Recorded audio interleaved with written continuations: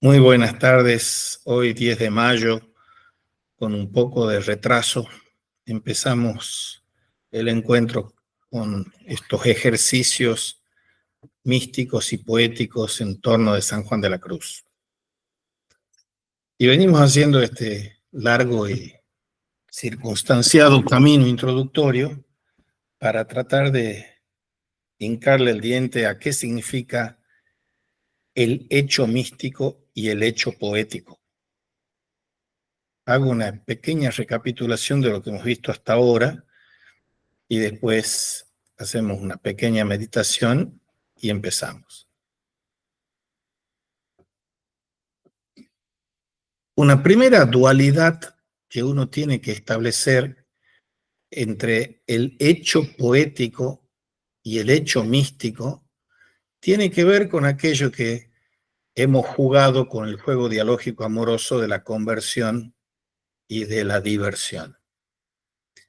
La poesía, dicho en aquellos términos vulgares que usábamos, es divertida o divertente. En cambio, la mística es conversiva o convertente. Por eso, estos intérpretes súper cualificados de San Juan de la Cruz dicen que la poesía es centrífuga y la mística es centrípeta. Pero hecha esa distinción, hay que además hacer la distinción de una dualidad entre dos sujetos que tienen que ver con la mística.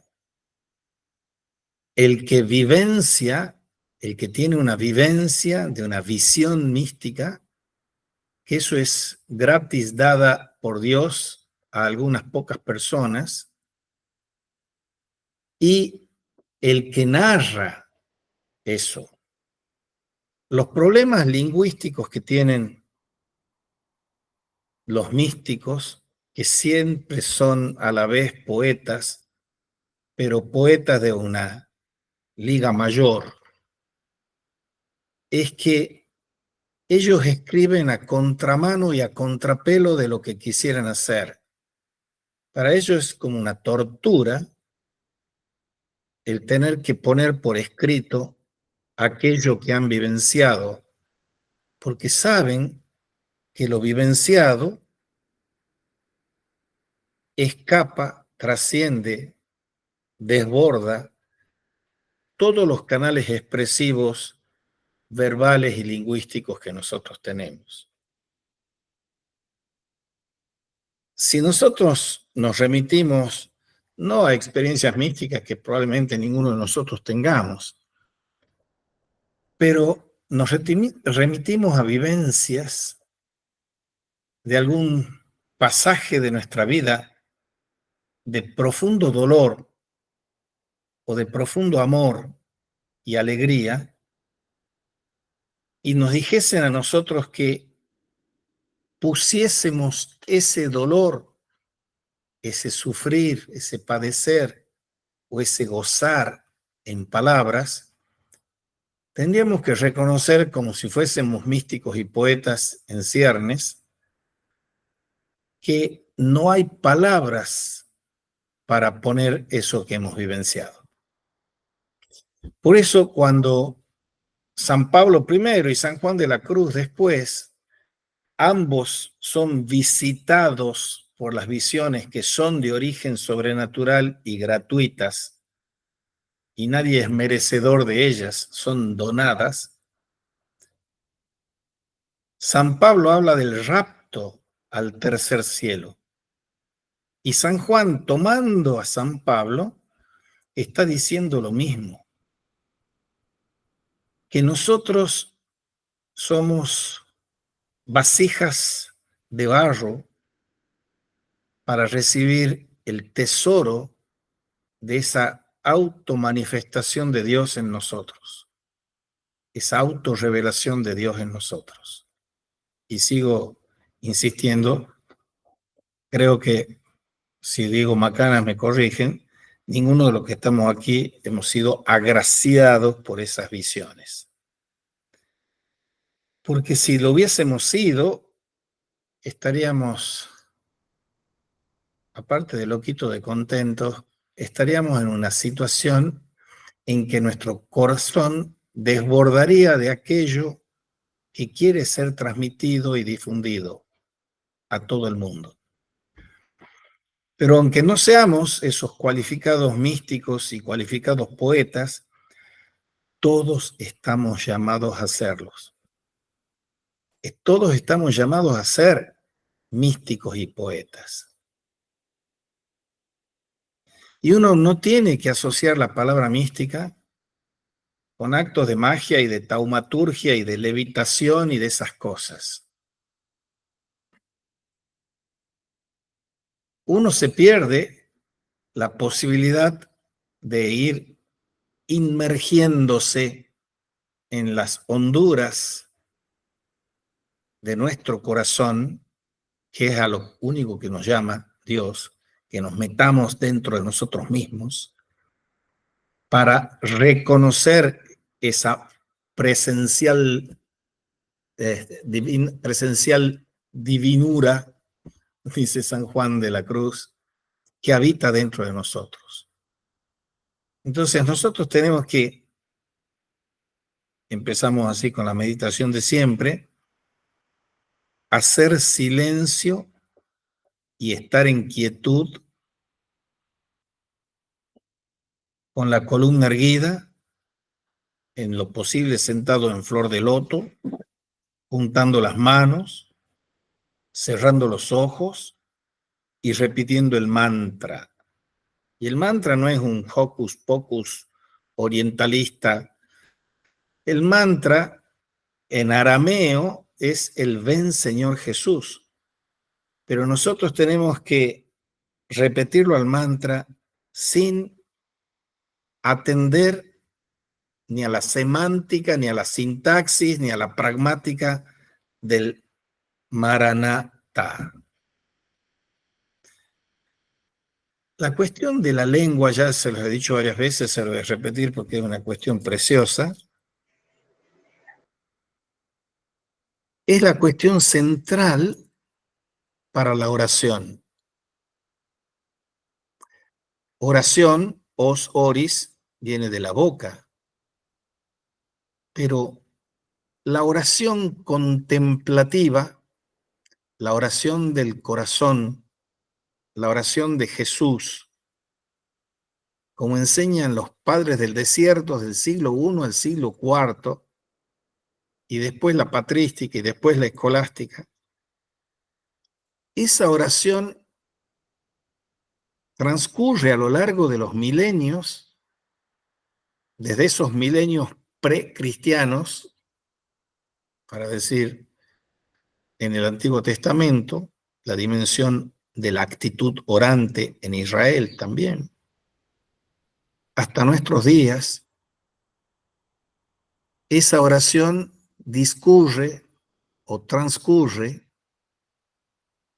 en la conjunción o conjugación de dos conjuntos de elementos que se armonizan en una síntesis en un tercero. Eso es lo que yo les he contado varias veces de Franz Rosenzweig, el judío alemán, que en 1921 publica La Estrella de la Redención, uno de los libros más importantes de la filosofía y de la teología contemporáneas. 6 años antes de El ser y tiempo de Heidegger, y él era un poquito más grande que Heidegger, pero Heidegger, que había estado estudiando la mística medieval cuando se preparaba para ser profesor de filosofía medieval, bancado por el arzobispado de Friburgo para que estudie filosofía y teología, porque él provenía de una familia pobre. El padre era monaguillo de Meskirch, que era un pueblito de la Selva Negra. Y Heidegger acepta eso porque no tenía recursos para estudiar filosofía, teología, etc. Y quería, era su vocación. porque su vocación, como la de el hoy celestial San Francisco Bergoglio, disculpen que me anticipe a las canonizaciones oficiales, era de ser un jesuita. Y Heidegger no pudo llegar a ser un jesuita por ineptitudes físicas que la orden pautaba. Entonces, el profundo catolicismo conservador de la Selva Negra del que procedía Heidegger se interrumpió después de la Gran Guerra o la Primera Guerra Mundial, decimos nosotros ahora, y él participó en esa guerra peleando contra los ingleses y le tenía un odio bastante singular a los ingleses. Una prueba anecdótica, pero no menor, es que no aparece ningún inglés citado en el Ser y Tiempo de Heidegger. Sí aparecen los franceses, como Descartes, como Bergson, pero no los ingleses. Pero lo que se ha quebrado en él, en su corazón, en el año 17, le escribe una carta a un cura, que era el de la pastoral universitaria de Friburgo, que era amigo suyo, Engelbert Krebs, y le dice, él ya había tenido un influjo fuerte, fortísimo, al finalizar sus estudios de grado con el neocantismo de Heinrich Rickert, que era de la escuela de Heidelberg, y después un influjo muchísimo mayor y más profundo al leer las investigaciones lógicas de Edmund Husserl, el creador de la fenomenología contemporánea. Y él era un poquito más grande que Edith Stein, esa monja carmelita de origen judío, que era un genio de los genios. Pero volvamos a la ruptura con el catolicismo, como le dicen al cura ese. Yo he roto con el catolicismo como sistema, porque para recibir la beca tenía que comprometerse a defender las tesis de Santo Tomás de Aquino. Y una cosa bonita de León XIV, ¿por qué se ha puesto León XIV Prevost?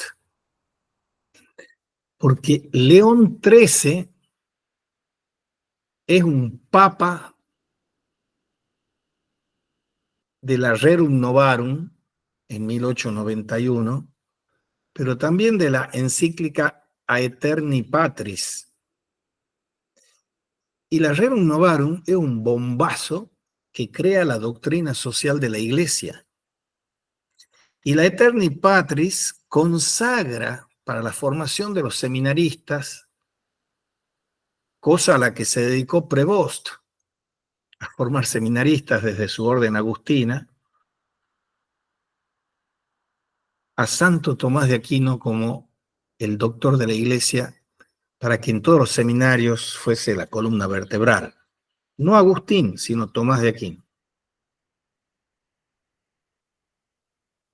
Y nosotros tenemos que volver una y otra vez a los prolegómenos pedagógicos y metodológicos, no solo para esa cosa medio banal de aprobar la materia, que no viene al caso aquí, que son ejercicios absolutamente libres y sin ningún requisitos ni condiciones, sino para saber que sea lo que sea que nosotros queramos hacer en el plano educativo, requiere que nosotros seamos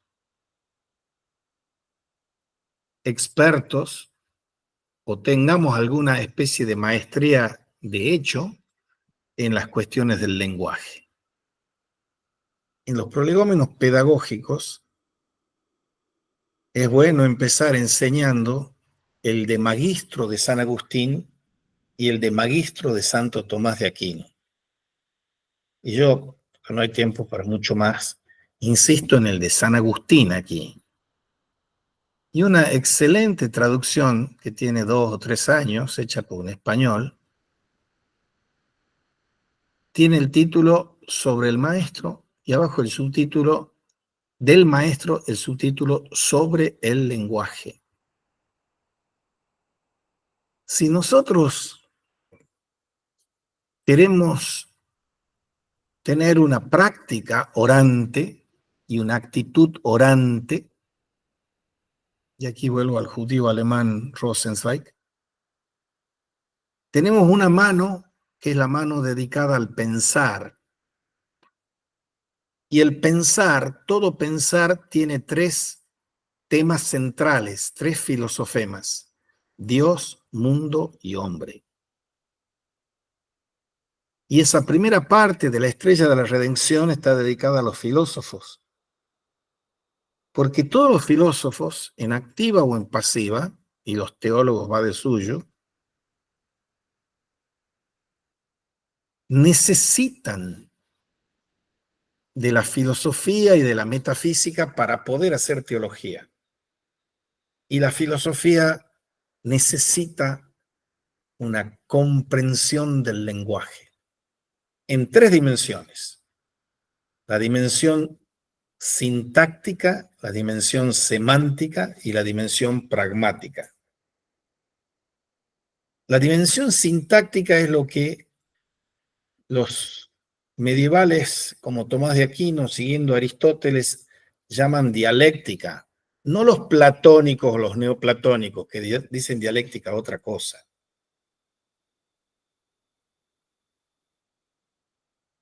La dialéctica es la que atiende a la relación de los signos entre sí.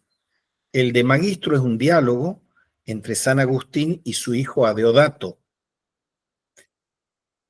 El segundo respecto lingüístico fundamental es la semántica, que los griegos y los medievales llamaban la gramática.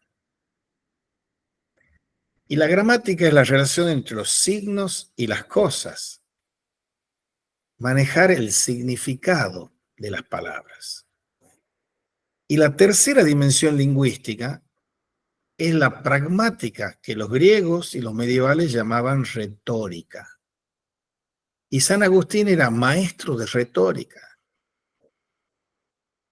Yo les daba un ejercicio práctico, se los puedo dar a todos ustedes porque deben haber venido por Tucumán alguna vez y deben haber visitado la catedral alguna vez, que la dimensión lingüística, que los lingüistas hoy llaman performativa, how to do things with words, cómo hacer cosas con palabras, está presente en el cuadro de la Anunciación de la Catedral de San Miguel de Tucumán al fondo de la nave central.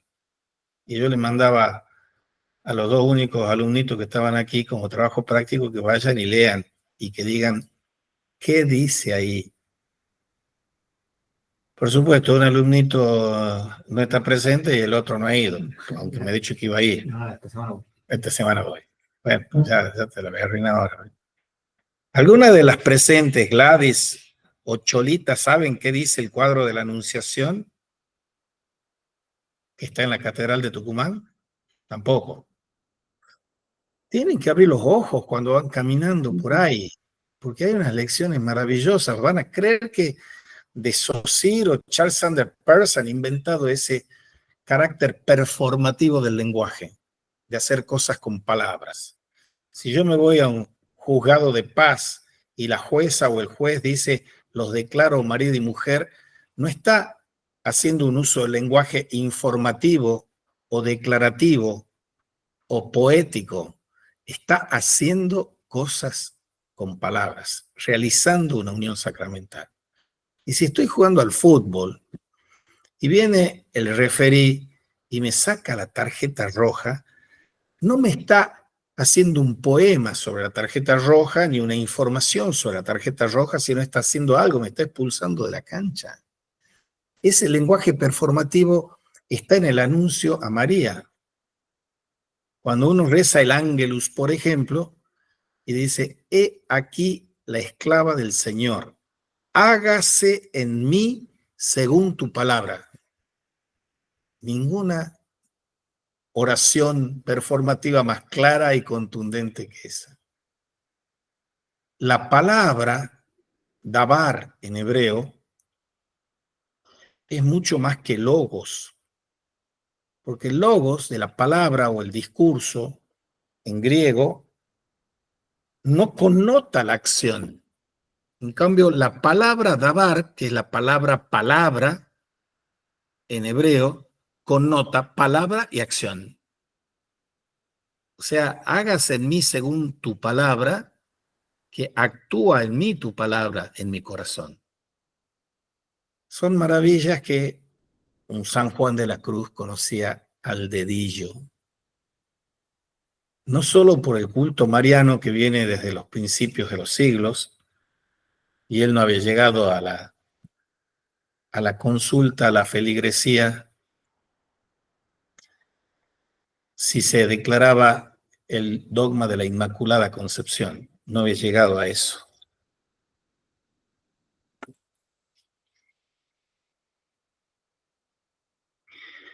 Entonces, nosotros ahora, en un minuto y medio, 2 minutos, hacemos una corta meditación en que juntamos las manos, cerramos los ojos, repetimos el mantra y tratamos de aquietarnos mente y cuerpo y silenciarnos mente y cuerpo durante 1 minuto y medio así, y después recomenzamos. Vamos a ello.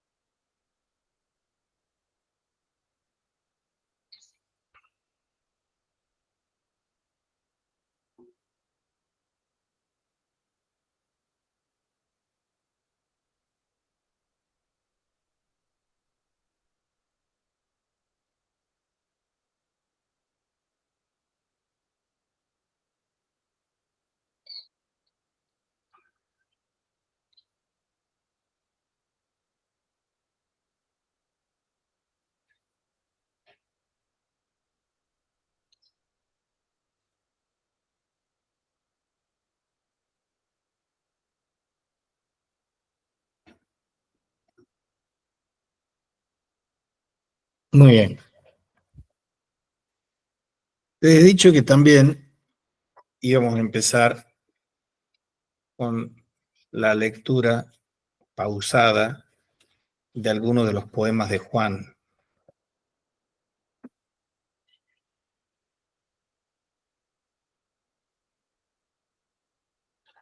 Canciones del alma en la íntima comunicación de unión de amor de Dios de San Juan de la Cruz.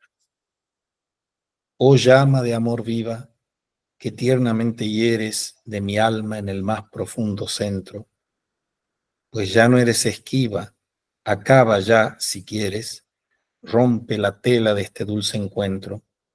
Oh cauterio suave, oh regalada llaga, oh mano blanda, oh toque delicado que a vida eterna sabe y toda deuda paga, matando muerte en vida la has trocado. Oh lámparas de fuego en cuyos resplandores las profundas cavernas del sentido que estaba oscuro y ciego, con extraños primores, calor y luz dan junto a su querido. Cuán manso y amoroso recuerdas en mi seno, donde secretamente solo moras, y en tu aspirar sabroso de bien y gloria lleno, cuán delicadamente me enamoras. Lo que quede, y espero que lo podamos prolongar sabrosa y cadenciosamente a los ejercicios poéticos, místicos y poéticos de San Juan de la Cruz, van a ser comentarios pausados y glosas en los que no haya solo los poemas, sino los comentarios, que también son poéticos, de Juan a esos grandes poemas.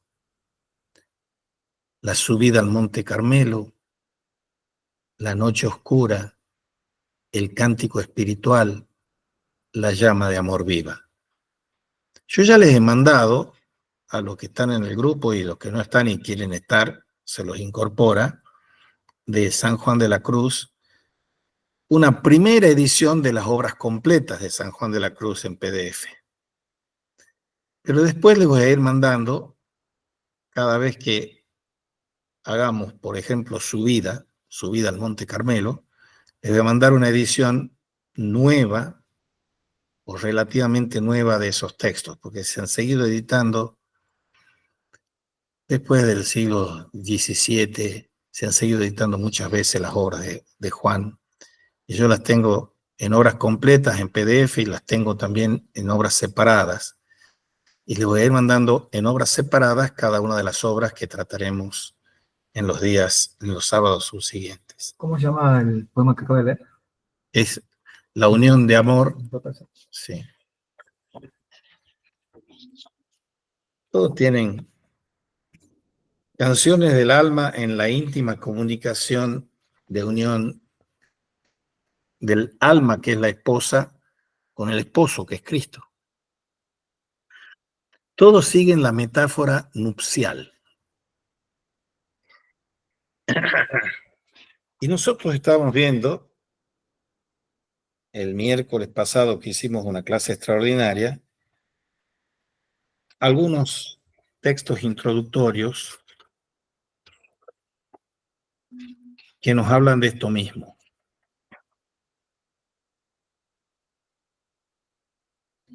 De esa efusión de Dios y del alma,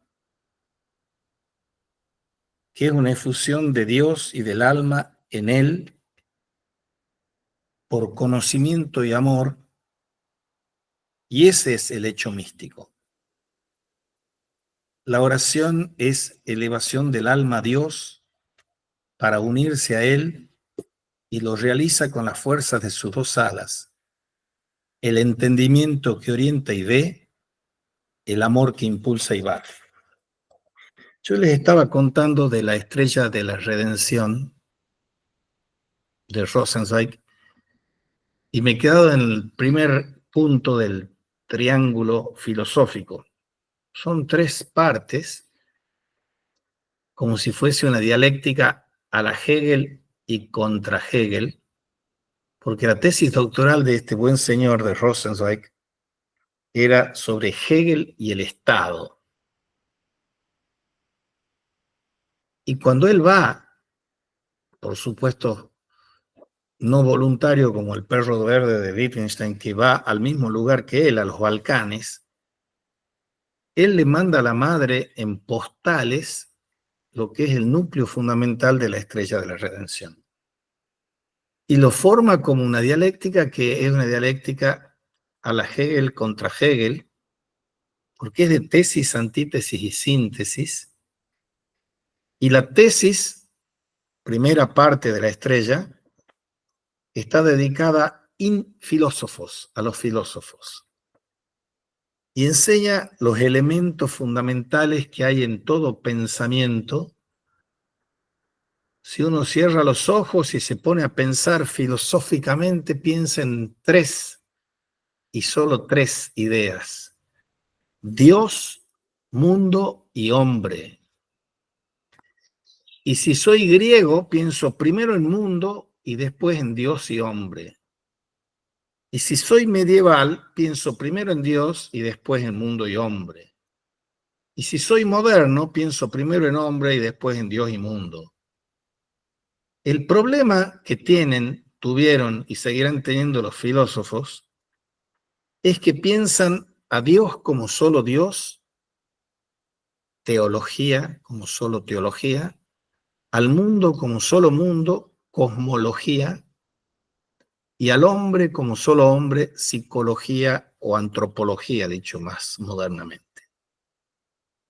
Y el problema está en la irrelacionalidad, la falta de relación entre esos tres filosofemas. Por eso la segunda parte de la estrella de la redención, la antítesis, está dedicada in teólogos, y es una segunda mano. La primera mano es la del pensar, la segunda mano es la del creer.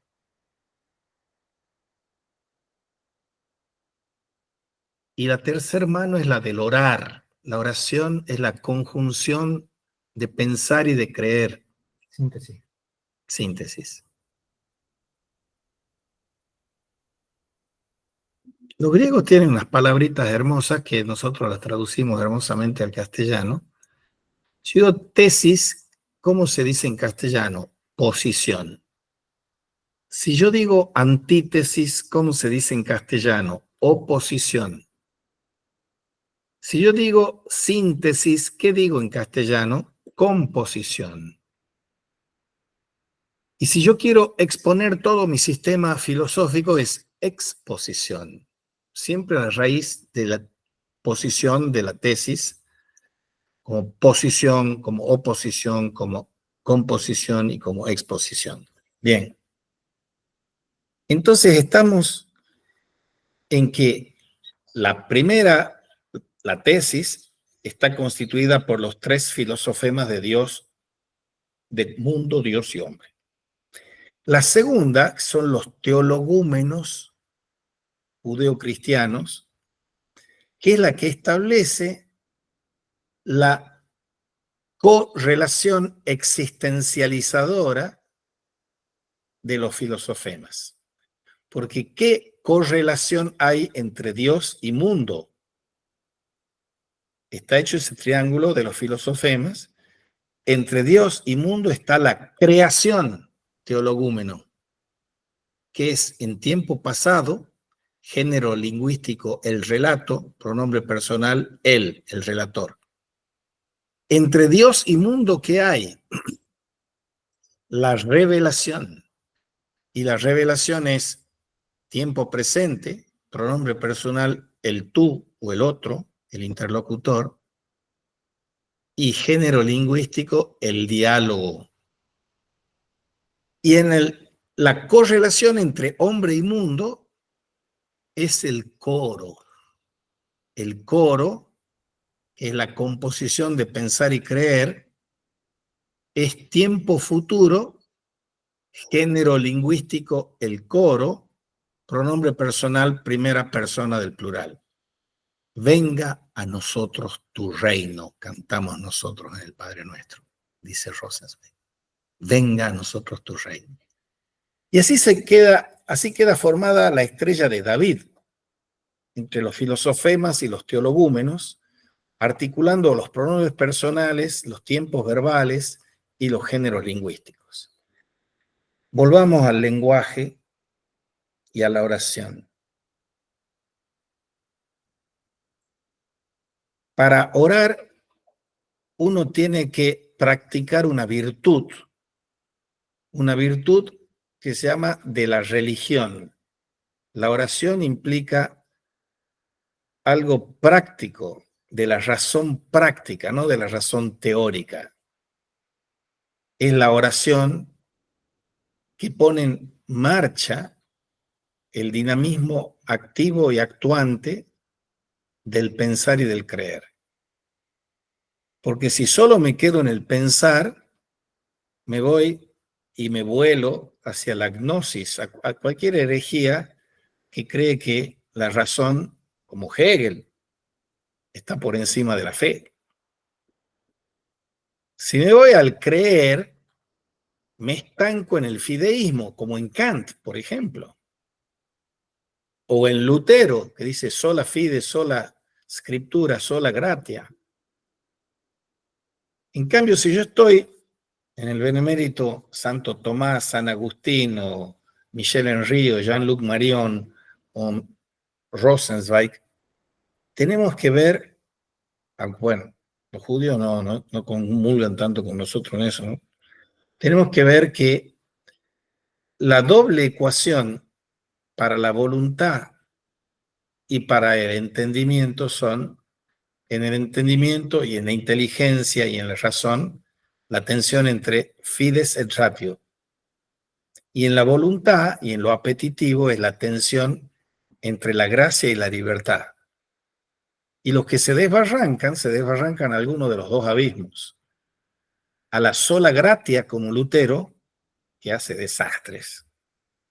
O a la sola libertas, como Pelagio, como el señor Jean-Jacques Rousseau, el libertario Alberdi y el libertario Milei, que es una pulga infecta comparado con los otros que he nombrado, pero son equivocados todos, porque nosotros no somos solo libertad.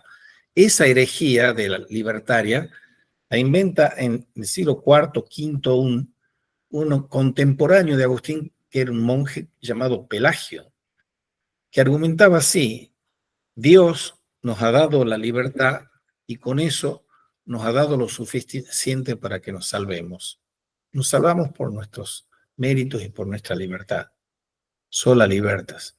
De ahí pasó a Rousseau y de Rousseau pasó a Mariano Moreno y de Mariano Moreno pasó al himno argentino: libertad, libertad, libertad. Equivocado, equivocado. Para no mencionar los popes de Fichte, Schelling, Hegel, Heidegger, que también idolatran la libertad. La cuestión de la libertad es una cuestión que merecería que se discuta en los cursos de filosofía y de teología, y no se discute. El liberalismo debiera discutirse y no se discute. ¿Por qué está equivocado profundamente el liberalismo? Porque está basado no solo en Adam Smith o en Locke o todos ellos, o en la escuela austríaca o en los Chicago Boys, excepto el Chicago Boy que tenemos de papa ahora, porque la libertad no es libertad absoluta. La libertad es un don. No hay nada que nosotros tengamos, ni la vida, ni la libertad, ni la inteligencia, ni la capacidad de conocer, que no sea dada. Nadie se ha dado a sí mismo la vida, nadie se ha dado a sí mismo la inteligencia, nadie se ha dado a sí mismo la libertad. Si nosotros no nos hemos dado a nosotros mismos la libertad, quiere decir que nosotros no tenemos una libertad absoluta. Nuestra libertad es libertad finita, libertad creada. Y si uno lo contrapone a los liberales en general, con los tipos como Rosenzweig o como Levinas o como Michel Henrich, los católicos como Jean-Luc Marion, vemos por qué está tan equivocado el liberalismo. ¿Qué valor tiene la responsabilidad por el otro? El mismo que tenía en la parábola del buen samaritano, el mismo que tiene en Mateo 25. Tuve hambre y me diste de comer, tuve sed y me diste de beber, estaba desnudo y me vestiste, estaba preso, enfermo y me visitaste. ¿Cuándo hicimos eso contigo, Señor? Cuando lo hicieron con cada uno de estos pequeños, me lo hacían a mí. Y esa ha sido la prédica y la práctica no solo del Papa Francisco, sino que ya viene siendo la del actual Papa León XIV, cuando estaba en Chiclayo, en Perú. La opción preferencial por los pobres es entender el Evangelio. El Evangelio no es que somos libres y tenemos la propiedad privada. ¡Oh, qué lindo! La Rerum Novarum, escrita en 1891, es una encíclica maravillosa. Y es la encíclica que ya había asistido al vertiginoso crecimiento del capitalismo manchesteriano, inhumano, explotador, de la plusvalía y todo eso, y también estaba viendo crecer, cosa que llegaría unos años después, la Revolución Rusa, el colectivismo socialista. Y entonces no es buscar una tercera vía entre capitalismo y socialismo. Los dos están equivocados. Y dice el genial Chesterton, y más equivocado está el capitalismo aún que el comunismo. Y ella lo conocía, la Revolución Rusa. ¿Por qué? Viene un amigo de él, un gran historiador de Cambridge, Hilaire Belloc, que era muy amigo y era muy católico, y él todavía no había dado el paso oficial de convertirse al catolicismo, y le dice a fines del siglo XIX, le muestra, nació en 1870 y tanto, léete esto, y le hace leer la Rerum Novarum. Y la Rerum Novarum la lee, Chester dice, esto es lo que yo he querido defender toda mi vida. Y entre los dos forman una concepción económica, social y política que se llama el distributismo. Y ya veían venir lo que hoy es una realidad palpable, desde China a Bill Gates, Estados Unidos, Trump y todos esos, todos capitalistas salvajes, sean capitalistas salvajes del Estado o sean de la propiedad privada, que están haciendo bolsa la unión económica fundamental de la humanidad, que es la familia. Ellos formulan una concepción que se llama el distributismo. Hoy lo escuchaba a uno de los periodistas que no son tan malos aquí, diciendo una cantidad de gansadas sobre la Rerum Novarum. Y él reconocía, porque es de los que es más o menos humilde, yo de esto no entiendo nada, esto que hablan los expertos, pero las cosas que hablaban eran unas gansadas absolutas. El tema está en que las formulaciones económicas, las formulaciones políticas, no pueden ser estaticidas como quiere Milei, ni estatolátricas como quiere la Cristina Kirchner, para decir dos vernáculos ejemplos de las cosas equivocadas aquí.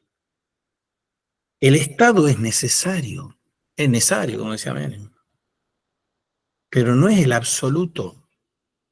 Y la propiedad es necesaria. En 1991, cada década se formulaban adendas a la Rerum Novarum, y una era la 40º anno a los 40 años, otra era la 80ª adveniens con Pablo VI, y en 1991 estaba ya Juan Pablo II, y escribe la Centesimus Annus. Aquí estaban de líderes políticos el papá y la hija Alzogaray de la UCD.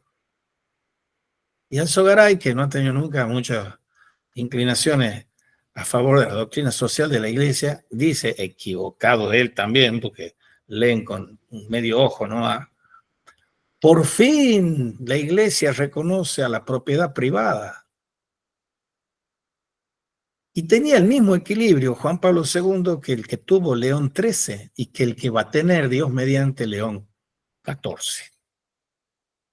Ya las primeras cosas que ha dicho sobre la economía y la política y los refugiados muestran que sigue la línea del Papa Francisco. Y la opción preferencial por los pobres, que no es la opción por la pobreza. Hay que combatir la pobreza mísera y hay que defender al pobre, porque Cristo es el primer pobre. Todos los pobres, el pobre, ese es un artículo que escribió mi maestro Gaspar Rico Fernández. Y hay que volver a estudiar en economía la cuestión de la pobreza. Y no lo estudian los Chicago Boys, no lo estudian la escuela austríaca, lo han estudiado unos economistas franceses orientados por los jesuitas, y se llama Economía y Humanismo. Pero hay muchos más que no son jesuitas y no son franceses. Amartya Sen, Schumpeter, Schumacher, son autores que han planteado que la economía no es solo lucro. Hay tres tipos de economía, dice uno de estos de economía y humanismo. André Pierre se llama Las tres edades de la economía. Está la economía de transacción, que es la que llamamos nosotros economía normalmente, por ignorancia, simplemente, que hay otras dimensiones de la economía. Está la economía de coacción, que es cuando pagamos los impuestos, y porque hay un Estado al que hay que pagar y subsidiar para que haga las cosas que los privados no pueden hacer, conforme al principio de subsidiariedad. Y está la economía del don, del regalo. Si yo a mi hijo le regalo una pelota de fútbol, una camiseta de rugby o lo que fuese, una bicicleta, eso no es transacción, no es intercambio comercial y no es coacción, es don. Y buena parte de las economías de este mundo se mueven con el voluntariado y con economías del don. Chiara Lubich, Jolie te conoce como nadie esto, y Ricardo Barcat, que no está presente, también, viene en un viaje en avión y cuando llega a Río de Janeiro ve las luces de las favelas en las colinas de Río de Janeiro. Y la Chiara Lubich dice, son las coronas de Cristo. Y a ella se le ocurre la idea y lo larga a los focolarinos a que la abunden y la hagan crecer de una economía de comunión. Y va creciendo, despacito, poquito a poco. Y es maravilloso lo que amplía la mente y el corazón, que resignifiquemos qué significa la oikonomía. ¿Quién manejaba la economía de los griegos? La mujer. La mujer no podía ir al ágora a discutir las res públicas, las cosas públicas, pero sí tenía que administrar los bienes de la casa, oikos nomos, nomos ley, oikos hogar. Pero lo que pasa es que después de la genialidad inmensa, yo me animaría a decir insuperable, de Aristóteles, que establece 3 niveles de ética diferente y subordinadas unas a otras. La más baja es la economía doméstica o monástica. La economía doméstica no está buscando la maximización de las utilidades, eso lo hace la economía política o más grande, la economía en la ciudad, en la polis. Pero en el hogar es la economía doméstica. Y la economía doméstica, obviamente, como cuando uno va al súper ahora, está regulada, que nos guste o no nos guste, por lo que está pasando en el súper. Es una economía que es supradoméstica, es la de la ciudad. Ahora, ese es el más bajo de los niveles de la ética económica doméstica o monástica. Por encima de ella está no la maximización de las utilidades de una señora que busca el precio en el súper o del el despensero que busca maximizar sus utilidades en la despensa, o el dueño, pero eso no son más perdonables que estos dos primeros, el dueño del súper.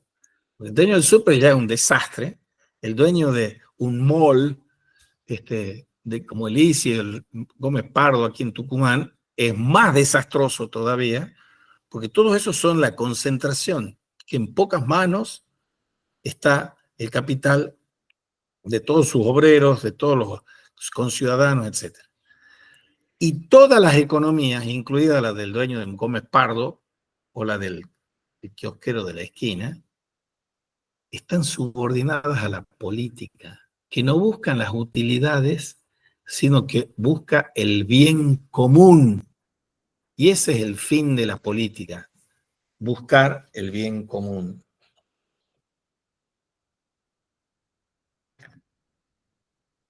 Para que me llamen las cuidadoras, que ya están viendo.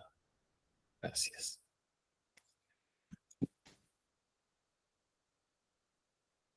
¿Qué ha pasado con la política para que se arruinara como se ha arruinado hasta hoy? Ha pasado un señor que es un huracán que se llama Maquiavelo. ¿Y qué es lo que ha hecho Maquiavelo? Un talentoso, inmensamente talentoso, que le dio un tajo divisorio a la ética respecto de la política. Muchos años después, en el siglo XX, Jacques Maritain le dedicó montones de páginas a Maquiavelo y resume en una fórmula algo que a mí me parece central, diciendo que no hay buena ética con mala política y no hay buena política con mala ética. Si nosotros recuperáramos, como algunos especímenes que son rara avis, aquí en Tucumán uno de ellos era Gaspar Risco Fernández y otro de ellos era Arturo Ponsati, personas consagradas con sus bienes, con sus almas, al bien común, al compromiso con el bien común, por el bien común, las cosas serían muy distintas de lo que son. Pero no lloremos por la leche derramada. A su vez, la ética política, que es subordinante de la ética económica y de la moral de los negocios, como llaman los sátrapas, está la ética sin calificativos, que es la del bien absoluto. Y si nosotros nos preguntamos, ¿existen bienes absolutos? No, nosotros somos pluralistas, somos relativistas, que cada uno atienda su juego. No existe el bien absoluto. Si no existiese el bien absoluto, no podría existir, subordinado a él, el bien común. Y si no existiese el bien común, no podría, subordinado a él, existir las utilidades. ¿Qué ha pasado con Maquiavelo primero y con la subversión de los economistas después? Ya estoy hablando del siglo XVII, XVIII, los escoceses, Adam Smith, Ricardo, todos esos buenos muchachos, que han subvertido el orden aristotélico.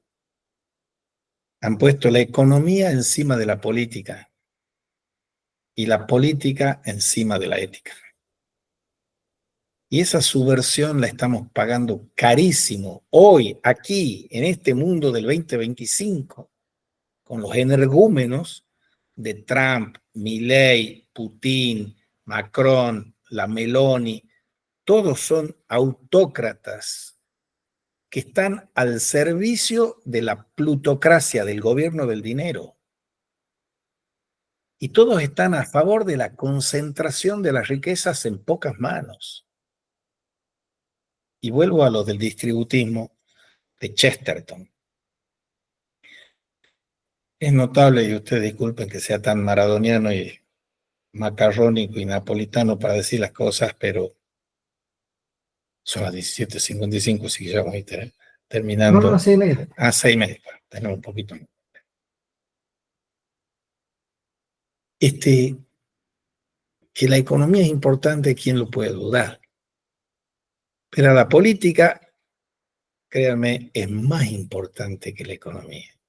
Y la ética es más importante que la política. Y si nosotros no recuperamos ese quicio de la eticidad de la política, estaremos gobernados y seguiremos siendo gobernados por autócratas, plutócratas, capitalistas salvajes de izquierda y de derecha. El estado más esclavista del mundo de hoy es China. Pero comparado con Trump y su guerra comercial, China parece la Madre Teresa de Calcuta, pero es el estado más esclavista. Y antes que Deng Xiaoping estaba un desgraciado que se llama Mao Zedong, que mató 60 millones de personas.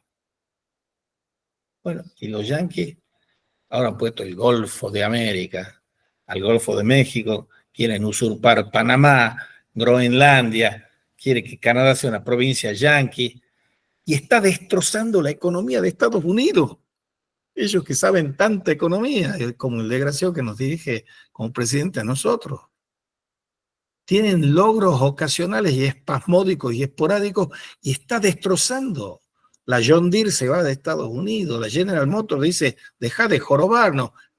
El de Tesla, le está diciendo, che, yo te apoyo a vos, pero deja de jorobarnos, me está haciendo perder plata.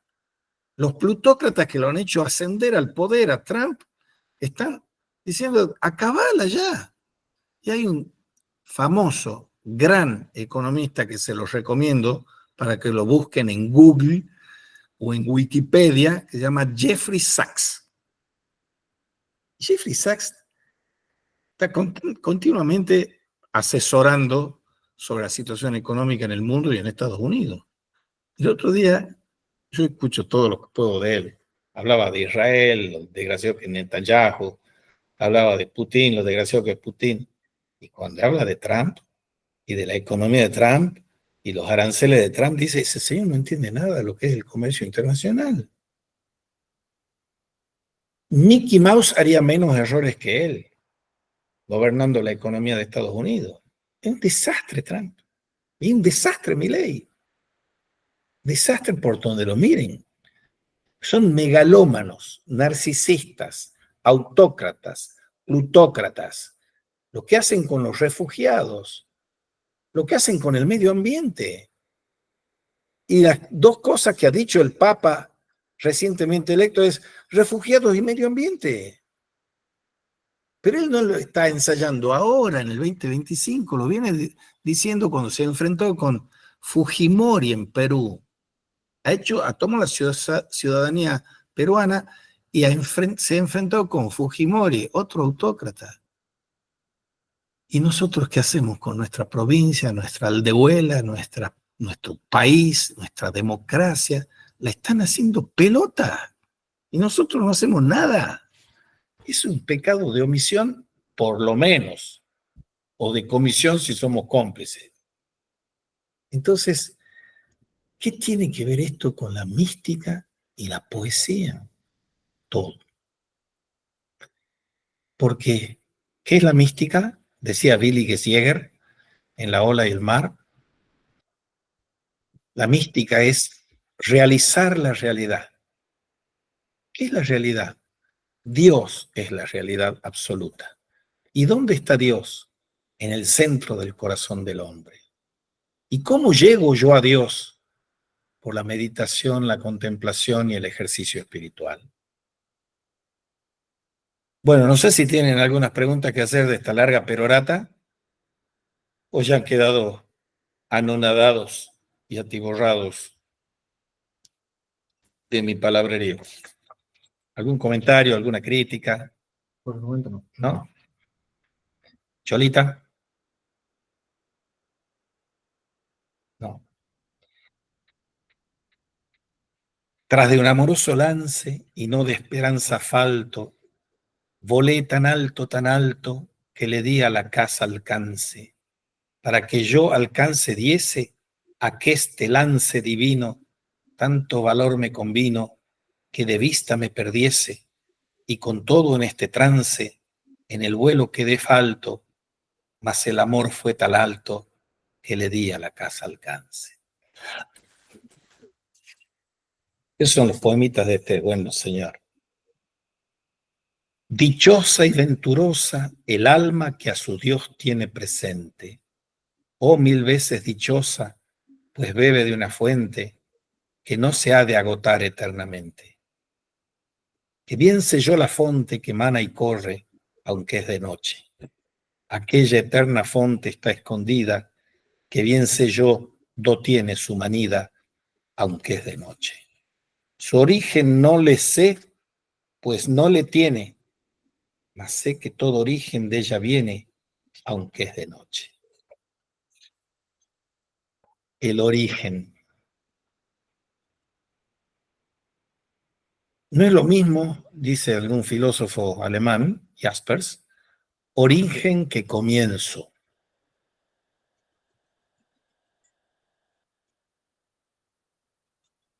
Y aquí nos dicen que es el origen de todo y él, Dios, no tiene origen.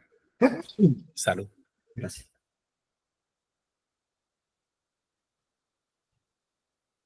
El origen en alemán se dice Ursprung. Ur es una partícula que significa proto y Sprung significa salto. El protosalto es el Ursprung. Cuando Santa Teresita de Lisieux dice que la esencia de la vida está en el instante presente, precedido por el amor eterno del que venimos y antecediendo al amor eterno hacia el que vamos. ¡Qué maravilla!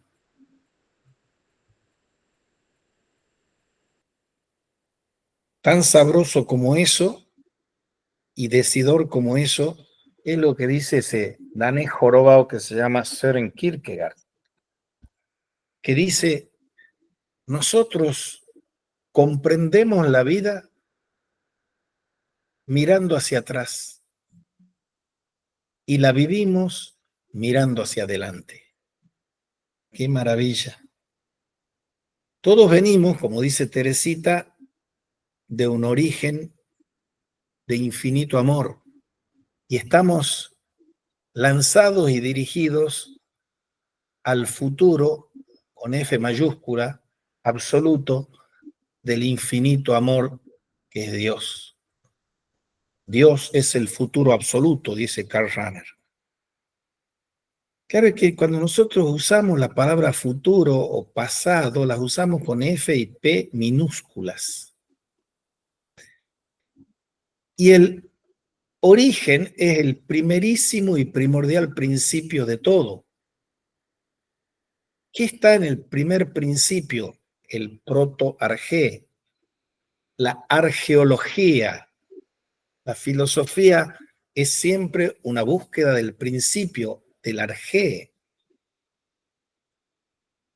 Y la teología es la búsqueda del eschaton, la eschatología. Por lo tanto, nosotros somos puestos a navegar en la singladura del mar proceloso con nuestra embarcación casca de nuez, buscando el puerto del futuro absoluto. Pero para saber hacia dónde nos dirigimos, tenemos que saber cuál es ese puerto. Y decían los clásicos, a un navegante que no sabe a dónde va, no le ayuda ningún viento. Tenemos que saber hacia dónde vamos. Y tenemos que saber de dónde venimos. Por la filosofía somos argeólogos y por la teología somos eschatólogos. Y por ser orantes somos argeólogos y eschatólogos.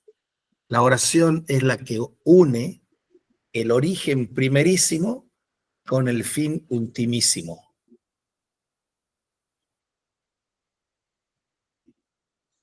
Cuando yo doy los cursos esos sobre Gaspar Risco Fernández que doy en Santiago del Estero, señalo que Gaspar, entrevistado por un diario, le pregunta, ¿usted se considera que es profesor en filosofía medieval, más un teólogo o más un filósofo? Y él dice, yo soy un teólogo. La Suma Teológica de Santo Tomás tiene una estructura arquitectónica maravillosa, porque la primera parte, prima, segunda y tercia pars, son las tres partes de la Suma Teológica. La primera parte es Dios Padre. La segunda parte es el Verbo encarnado, Dios Hijo, pero toda la creación, desde un granito de arena en la playa a las estrellas, pasando por las plantas, las piedras, las plantas, los animales y los hombres y los ángeles y los santos. Y la tercera parte es el retorno al Padre por la mediación del Hijo y de toda la creación. Porque a todos nosotros, nos dicen ya en el Génesis y nos vuelven a decir en el Apocalipsis, todos estamos llamados a hacer retornar a Dios toda la creación.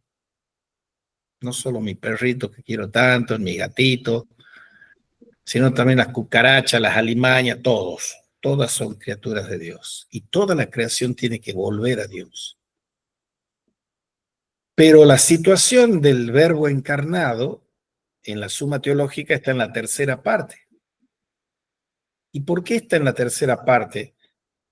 La tercera parte es de los novísimos, se llama, o de las últimas noticias.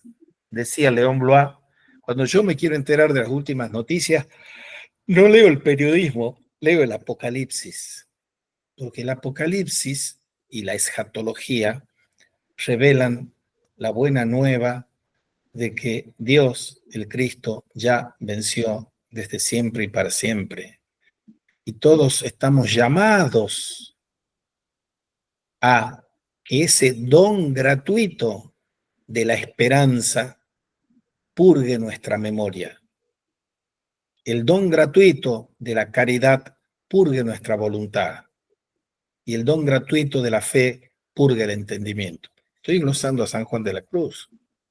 3 virtudes sobrenaturales que purgan las potencias espirituales: memoria, entendimiento y voluntad. San Juan de la Cruz, que conocía a Tomás de Aquino desde el colegio de San Esteban de Salamanca, del derecho y del revés, y lo quería y lo admiraba un montón, sigue más a San Agustín que a Santo Tomás. ¿En qué y por qué? En que para Santo Tomás hay 2 y solo 2 potencias espirituales: el entendimiento y la voluntad para conocer y para amar.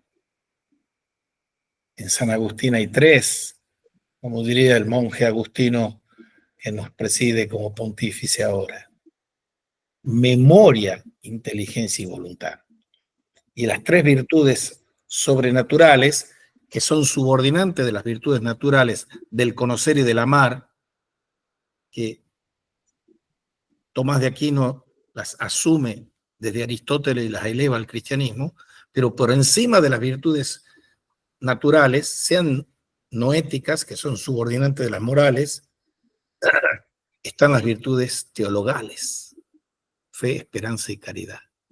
Y el sistema virtuoso del catolicismo, como está en el catecismo y como está en todos los padres y madres de la iglesia, es ese.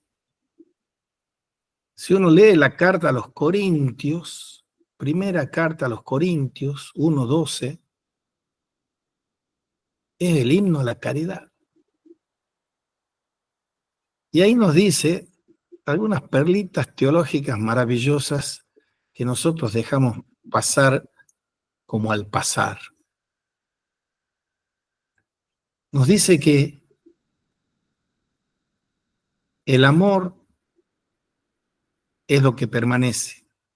Fe y esperanza pasarán, pero el amor permanecerá. Dentro de las 3 virtudes, el amor es la virtud que está por encima de todas las virtudes. ¿Y qué nos dice San Pablo ahí? Una de las cosas que uno no sabe cuando lee la Biblia y no está informado por la gente que sabe, cree que los evangelios, el sinóptico y el de Juan, son anteriores a Pablo. Pablo es el primero. Y todos los evangelios se nutren de la cristología de Pablo. Es un detalle no menor ese. Así como confundir que el Juan de Patmos del Apocalipsis es el evangelista Juan, no. Es tan rico, complejo, sutil, profundo y misterioso este ir acrisolándose y deviniendo una concepción dogmática, teológica, de teología moral, espiritual del cristianismo, que uno no advierte esa cuestión de que todo en esta vida de status viatoris, de estatuto de viandantes que tenemos, lo vemos a través de un vidrio oscuro, a través de un espejo. Y después dice una frase que es un bombazo y que nosotros nos encargamos de no conocer qué significa. Después conoceremos como somos conocidos. Y ahí se restriegan las manos los científicos cognitivistas y los ilustrados racionalistas. Conoceremos. Conocer en hebreo es tener relaciones sexuales. Conoceremos como somos conocidos es la intimidad más profunda, que Dios es más interior a mí que lo más íntimo de yo mismo, dice Agustín, y es más sublime de mí de lo más sublime de mí mismo. Interior íntimo meo, superior sumo meo. Entonces, uno tiene que volver a rezarle a la Virgen María, rezar el salve, rezar el Ave María, rezar el rosario, porque no hay que adorarla a la Virgen María, porque la Virgen María no es Dios, pero es, ea pues, abogada nuestra, vuelve a nosotros esos tus ojos misericordiosos, y muéstranos a Jesús, fruto de tu vientre. María es una mujeraza. Se pone en pareja la mujer del Génesis, Eva, con la mujer María. Y esa María que pinta Murillo y que pintan eso, interpretando esa mujer vestida de sol que está pisando la cabeza al dragón, eso es un cuentito. Pero María no es un cuentito. María ha sido elegida como la persona, el ser humano más importante que todos los ángeles, que todos los santos, que todos los hombres. Ha sido elegida desde siempre y para siempre como la madre de nuestro Señor Jesucristo. La Teotokos, dicen los ortodoxos, la madre de Dios. ¡Qué titulito! Y es la madre y maestra que enseña a orar, porque en silencio guardaba todas sus cosas, esas cosas de Dios en su corazón. Y eso es orar. Guardar en nuestro corazón, no en nuestra razón, no en nuestra mnemotecnia, no en nuestro entendimiento, las cosas de Dios. Si nosotros nos dejamos inviscerar, o sea, que Dios se nos meta hasta las tripas, toda nuestra vida tendrá un fulgor de verdad, de bondad y de belleza como nunca antes tuvo. Cuando se escribe esa encíclica maravillosa, que ya estaba más maravillosamente dicha por Tomás de Aquino, Juan Pablo II, y le pone, es una encíclica moral, Veritatis Splendor, el esplendor de la verdad. Nosotros estamos acostumbrados a separar verdad por un lado, belleza por otro lado, bien por otro lado, la unidad por otro lado, las cosas por otro lado, los entes por otro lado. Es que no hemos estudiado, como estudió San Juan de la Cruz, los trascendentales del ser. Y el ser es una gigantomaquia, porque puede ser un concepto abstracto, pero abajo del ser están los trascendentales. Y los trascendentales son modos de ser y de decir el ser. Verum, bonum, pulcrum, unum, res, aliquid. Verdadero, bueno, bello, uno, algo, cosa. Todas las cosas en tanto que son buenas, bellas, verdaderas, una, algo. Aliquid, un otro qué. Y abajo de los trascendentales están las categorías. Cuando Kant hace esa revolución trascendental filosófica, ha emporcado la cancha, porque él usa trascendental en el sentido del modo de conocer el sujeto trascendental. En cambio, trascendental para Santo Tomás es un modo de ser, no de conocer. Por eso, a troche y moche tenemos que ir calafateando nuestro barco y enmendando nuestros hierros para volver a recuperar el sabor de la verdad, la sabrosidad de la verdad, la belleza de la verdad, la bondad de la verdad. La belleza es una cosa que los ortodoxos cultivan mejor que los católicos y mejor que los protestantes, por cierto. Hay una estética de la belleza en San Juan de la Cruz, dice un carmelita que ahora está de párroco ahí en San Juan de la Cruz, aquí en Tucumán. Ha hecho una tesis doctoral sobre eso. ¿Qué importancia le damos nosotros a la belleza? Poca, ninguna. Cholita, ¿qué querés hablar? No, está bien.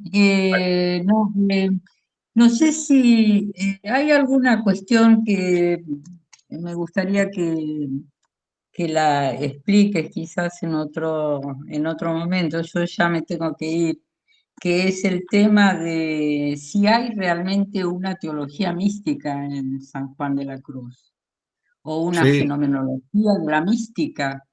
sí. Habría que distinguir sus poemas de los comentarios y ver cómo se relacionan, ¿no? Y